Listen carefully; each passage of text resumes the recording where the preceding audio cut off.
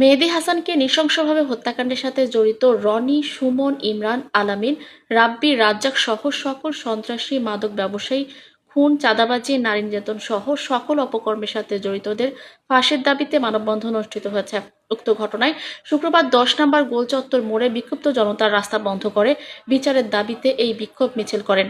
10 ফেব্রুয়ারি 2025 তারিখে সকাল আনুমানিক 11টায় কাফরুল থানার সেনপাড়া পর্বত আল মদিনাস মিলের গলিতে রনি ও সুমন সহ অন্যান্য সন্ত্রাসীরা মিলে হত্যাকাণ্ড সংঘটিত করে।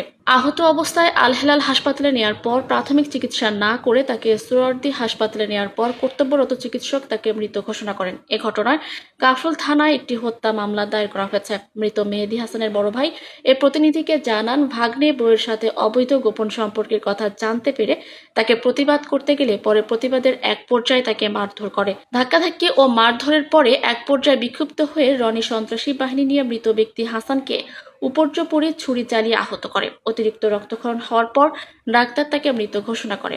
বিক্ষোভকারীরা বলেন, ঘটনার 4 দিন হলেও এখন পর্যন্ত অপরাধীদের ধরতে পারেনি পুলিশ।